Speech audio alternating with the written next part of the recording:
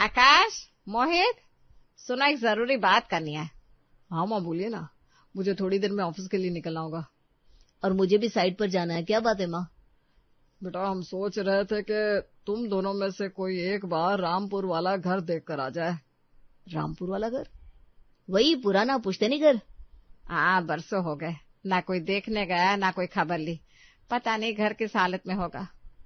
आखिरी बार मैं खुद गया था तब भी 5-6 साल हो चुके थे। अब तो और भी समय निकल गया। पापा सच बताऊं तो वहां जाकर मिलेगा क्या?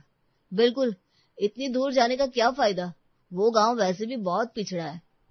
पिछड़ा है तो क्या हुआ, अपना घर है। घर तभी घर होता है माँ जब उसमें कोई रहता हो। इतने सालों से बंद पड़ा है, अब तक तो आधी दीवारें भी टूट गई होंगी। अरे टूट गई होंगी या बची होगी, ये तो वहीं जाकर देखना होगा ना।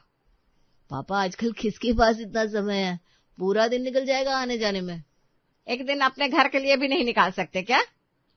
बात एक दिन की नहीं है माँ, वहां जाकर भी क्या होगा? अगर घर खराब मिला तो मरम्मत करानी पड़ेगी, उसके अलग भाग दौड़। और अगर ठीक मिला तो भी क्या, कोई रहने तो जा नहीं रहा वहां।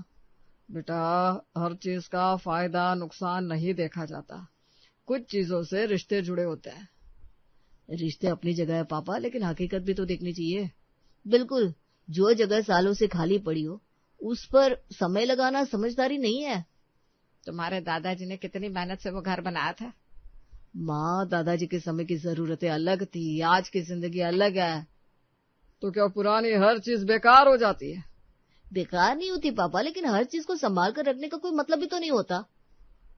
मुझे तो लगता है तुम दोनों ने पहले से ही मन बना लिया है कि वहां नहीं जाना। हाँ, क्योंकि हमें पता है वहां कुछ खास मिलने वाला नहीं है। और सच कहूं तो मैं इतनी दूर सिर्फ ये देखने नहीं जाऊंगा कि बंद घर में कितनी धूल जमा हुई है। अच्छा, मतलब तुम दोनों में से कोई नहीं जाएगा? अभी तो नहीं पापा, मेरे पास भी समय नहीं है। ठीक है, जाओ अपने अपने काम पर। अच्छा माम, निकलते हैं, शाम को मिलते हैं। देख लिया आपने? हाँ देख लिया। पहले बच्चे पूछे बिना पानी भी नहीं पीते थे, अब हमारी बात पूरी होने से पहले जवाब तैयार रहता है। गलती उनकी भी नहीं है, उन्हें वही जरूरी लगता है जिससे तुरंत फायदा दिखे। लेकिन हर चीज का हिसाब पैसे और समय से थोड़ी ना होता है। सही कह रही हो। जिस घर ने इस परिवार की शुरुआत देखी, आज उसे देखने जानने वाला कोई नहीं है। कभी कभी तो लगता है घर पुराने नहीं होते, लोगों की यादें पुरानी हो जाती हैं। और जब यादों की कीमत कम हो जाए तो अपनी बात की कीमत भी धीरे धीरे कम हो जाती है। बस यही बात तो दिल को चुभती है। चलो देखते हैं आगे क्या होता है। शायद किसी दिन उन्हें उस घर की अहमियत खुद समझ में आ जाए। सुंदर और माला बैठकर बातें करते रहे। दिन के 3 बज रहे थे। माला अपनी बहुओं के पास जाती है। सुनीता, नैन्सी, जरा सुनो। क्या हुआ मम्मी जी? हाँ बताइए। बेटा आज सूजी का हलवा खाने का बहुत मन कर रहा है, जरा बना दो तो। मम्मी जी अभी? हाँ, ज्यादा नहीं, थोड़ा सा ही बना देना। नहीं नहीं मम्मी जी, मुझसे नहीं होगा। क्यों बेटा? क्योंकि मैं कोई खाली नहीं बैठी हूँ, जब मन किया हलवा बनाना शुरू कर दूं। अरे मैंने तो बस प्यार से कहा था।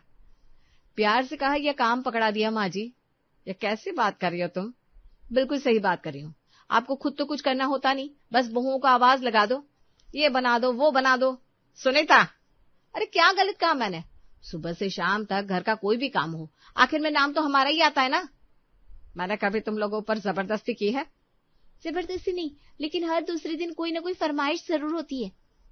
तो क्या अब मैं अपने मन की बात भी नहीं कह सकती? कह सकती हैं, लेकिन हर बात पूरी करना हमारी जिम्मेदारी नहीं है।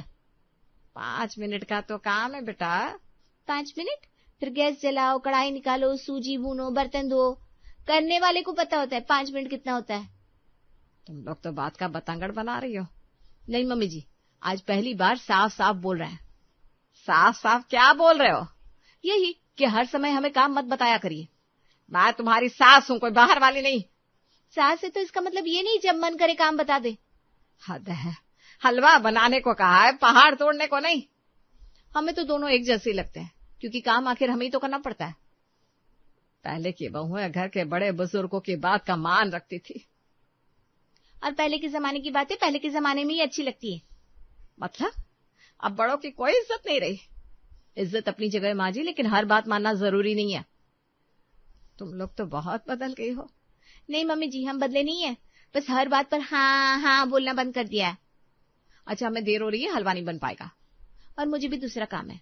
ठीक है, जाओ। जी नमस्ते। देखा आपने, सब सुन रहा था। अब बहुएं भी मुंह लगाकर जवाब देने लगी है।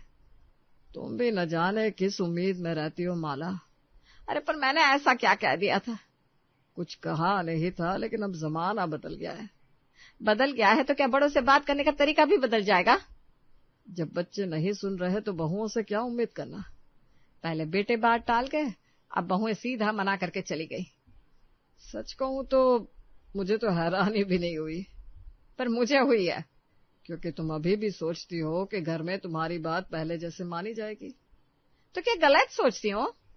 गलत नहीं सोचती हो, बस पुराने समय में जी रही हो। बहुत अजीब लगता है ये। मुझे भी लगता है, लेकिन अब यही सच है कि इस घर में सब अपने मन के मालिक हैं। और हमारी बात अब सिर्फ सुनी जाती है, मानी नहीं जाती। एक तरफ सुंदर और माला बैठकर बातें कर रहे थे, दूसरी तरफ आज मोहित अपने ऑफिस में जल्दी काम खत्म कर चुका था। आज तो सारा काम उम्मीद से पहले ही खत्म हो गया। अभी घर जाऊंगा तो फिर वही रोज की भागदौड़ शुरू हो जाएगी। पापा भी कई दिनों से रामपुर वाले घर का बोल रहे हैं। चलो एक बार देख कर ही आता हूँ। वैसे भी बार बार वही बात सुनने से अच्छा है कि जाकर देख लिया जाए। मोहित अपनी कार से रामपुर पहुंचता है। ये वही रामपुर जाने वाली सड़क है? मुझे तो याद है यहाँ पहले टूटी फूटी सड़क हुआ करती थी, अब तो पूरी फॉरेन जैसी सड़क बन गई है। और ये इतने बड़े बड़े शोरूम। यहाँ तो पहले खेत हुआ करते थे। कमाल है, लगता है मैं किसी और ही जगह आ गया हूँ। नहीं, बोर्ड तो साफ लिखा है रामपुर नगर परिषद। अरे वाह, ये नया मार्केट कब बन गया? हर तरफ दुकानें ही दुकानें दिखाई दे रही है। कपड़ों के शोरूम, इलेक्ट्रॉनिक्स की दुकानें, बैंक, होटल। पापा को तो शायद अंदाजा भी नहीं होगा कि यहाँ इतना बदलाव आ चुका है। और मैं तो सोच रहा था गांव वैसा ही पिछड़ा होगा जैसे सालों पहले था। सच में कई बार पुरानी सोच हमें गलत तस्वीर दिखाती रहती है। ये क्या, यहाँ तो बड़ी बड़ी कॉलोनियां भी बन गई है। हाँ, इतने शानदार मकान। अगर यही रफ्तार रही तो कुछ साल बाद ये पूरा इलाका शहर बन जाएगा। चलो अब अपना घर भी देख लेते हैं। अरे हमारा घर तो अभी भी खड़ा है और 3 मंजिला होने की वजह से दूर से ही अलग दिखाई दे रहा है। थोड़ी सफाई और मरम्मत की जरूरत है, लेकिन हालत उतनी खराब नहीं जितनी मैं सोच रहा था। वाह, सामने वाली सड़क भी कितनी चौड़ी हो गई है और इधर तो पूरा बाजार डेवलप हो चुका है। इसका मतलब इस घर की कीमत अब बहुत बढ़ चुकी होगी। सच कहूं तो मैं तो यहाँ आने वाला ही नहीं था, अच्छा हुआ आ गया। और उससे भी अच्छा हुआ कि मैं अकेला आया हूँ। अगर भैया मेरे साथ होते तो उन्हें भी सब दिखाई दे जाता। अभी तक तो हम दोनों यही समझ रहे थे कि रामपुर एक बेकार और पिछड़ा गांव है, लेकिन हकीकत तो बिल्कुल उल्टी निकली। नहीं, अभी किसी को कुछ बताने की जरूरत नहीं है, खास करके भैया को तो बिल्कुल नहीं। जैसे उन्हें पता चलेगा यहाँ इतनी तरक्की हो चुकी है तो वो भी हिस्से की बात करने लगेंगे। अभी तक किसी को उस घर की परवाह नहीं थी। पापा ने कितनी बार जाने को कहा था, तब किसी ने रुचि नहीं दिखाई। अब अगर मैं जाकर सब बता दूं तो सब अचानक मालिक बनकर खड़े हो जाएंगे। नहीं, ऐसा तो नहीं होने दूंगा। पहले मैं खुद सारी जानकारी निकालूंगा। जमीन की कीमत क्या है, आसपास क्या क्या बन रहा है, आगे की योजना क्या है। उसके बाद सोचूंगा कि क्या करना है। लेकिन एक बात तय है, अब इस घर को यूं ही खाली नहीं छोड़ूंगा। और फिलहाल तो किसी को ये भी नहीं बताऊंगा कि रामपुर अब पहले वाला रामपुर नहीं रहा। कुछ बातें सही समय आने तक अपने पास ही रखनी चाहिए। मोहित रामपुर से वापस अपने घर को निकलता है। रात हो जाती है। अरे मोहित, आज आने में इतनी देर कैसे हो गई? मैं भी कब से फोन कर रही थी, उठा भी नहीं रहे थे। बेटा सब ठीक तो है? हाँ भाई, आज बहुत देर कर दी आपने जनाब। सब ठीक है पापा, वो बस एक काम से रुक गया था। ऐसा कौन सा काम आ गया था? पिताजी, आज मैं रामपुर वाले घर गया था। रामपुर? सच में? हाँ, आप लोग इतने दिनों से कह रहे थे तो सोचा एक बार देख कर ही आ जाओ। अच्छा किया बेटा, चलो कम से कम किसी ने तो जाकर देखा। फिर क्या हालत है वहां की? घर बचा भी है या नहीं? घर तो खड़ा है, लेकिन बहुत बेकार स्थिति है। क्या? हाँ, बस खड़ा ही है। मतलब यही कि सालों से छोड़ रखा था तो खंडहर हो गया है। मैंने तो पहले ही कहा था। घर के आसपास भी कुछ खास नहीं है, सब बंजर है। मुझे तो पहले से पता था ऐसे ही होगा। हमारा 3 मंजिला घर पूरी सड़क पर अकेला सा खड़ा है। अकेला? हाँ माँ, ऐसा लग रहा था जैसे किसी ने घर बनाकर भूल गए हो। आसपास कोई नहीं रहता क्या? नहीं, मैंने तो नहीं देखा भैया। इसीलिए कहती हूँ बेकार की जगहों पर भावनाएं नहीं लगानी चाहिए। और घर की हालत कैसी लगी बेटा? साफ सफाई और मरम्मत की बहुत जरूरत है। दीवारों पर धूल जमी है, कई जगह रंग भी उतर गया है। कुल मिलाकर ऐसा लगा कि बरसों से किसी इंसान का आना जाना नहीं हुआ। यानी जैसा हमने सोचा था वैसा ही निकला? बिल्कुल भैया। मुझे तो उम्मीद थी कि शायद कुछ ठीक ठाक होगा। नहीं माँ, वहां रहने जाने का तो सवाल ही नहीं उठता। यही बात मैं हमेशा कहती हूँ। हाँ, आजकल लोग वहां क्यों रहेंगे जहाँ सुविधाएं ना हो? वो जाने लायक है ही नहीं। इतना बुरा हाल है क्या बेटा? हाँ माँ, देखने तक तो ठीक है, लेकिन रहने लायक या बसने लायक मुझे बिल्कुल नहीं लगा। अच्छा, क्या सोचने लगे? यही एक याद में जिंदगी भर क्या क्या सपने देखता है।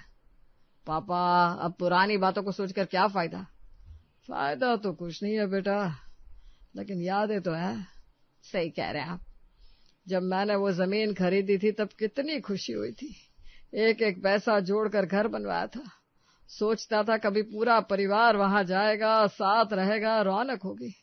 और आज देखो, बस दुख इस बात का है कि जिस घर को बनाने में मैंने अपनी जवानी लगा दी, आज वो खाली सड़क पर अकेला खड़ा है और उसे पूछने वाला भी कोई नहीं है। यही सही मौका है, मौके पे चौका मार दे मोहित।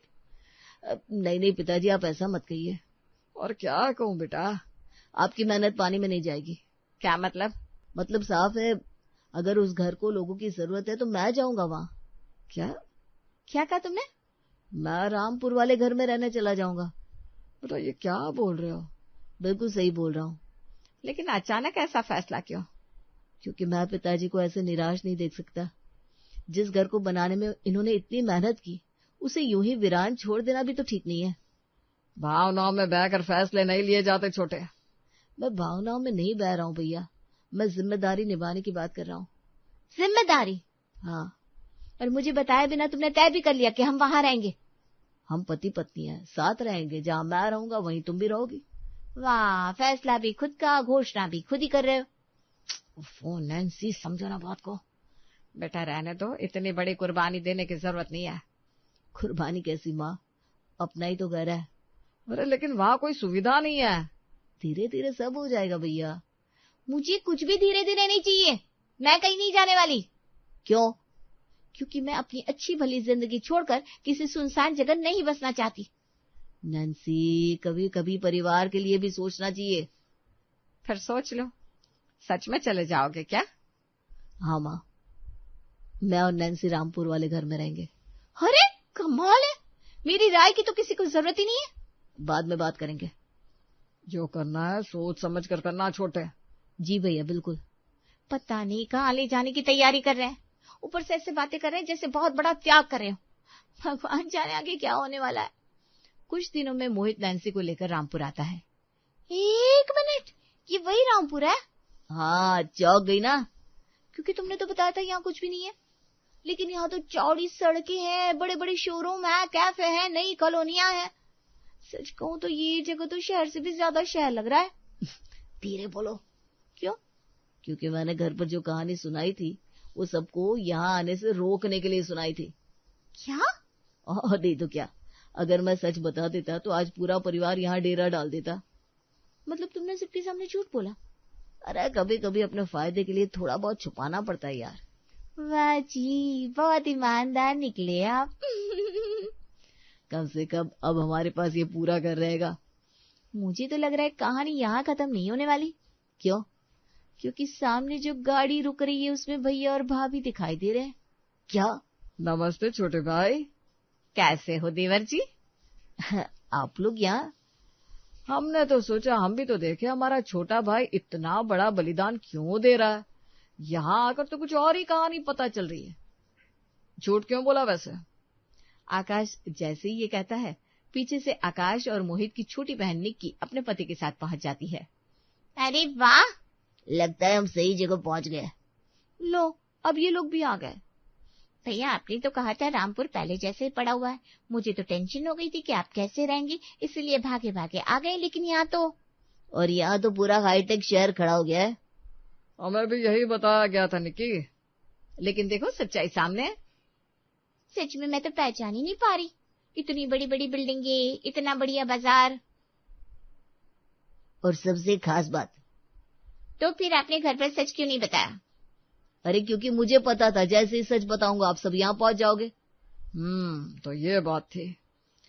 वैसे साले साहब, इस घर में हमारा भी हिसाब किताब है, पता है ना? और हमारा भी हिस्सा है इस घर में। बिल्कुल, सिर्फ मोहित का नहीं है। अब जब सच्चाई सबके सामने आ गई है तो बात साफ साफ करनी चाहिए। मेरी मानो तो जितनी जल्दी हो सके पिताजी से ये घर अपने नाम करवा लेना चाहिए। हाँ सही कह रहे हो। आखिर एक दिन ये सब हमारा ही तो होने वाला है। हाँ बात तो ठीक है। चलो अंदर शायद केयर टेकर है, उसको घर भेज देते हैं। तो फिर देर किस बात की? चलो। हाँ चलो। अरे दरवाजा खुला हुआ है। क्या कोई अंदर है? पता नहीं। चलो ना देखते हैं। जी कहिए। आप कौन है? पहले आप बताइए, आप लोग कौन हैं? ये घर हमारे पिताजी का है। तो क्या मतलब? मतलब अब ये घर हमारा है।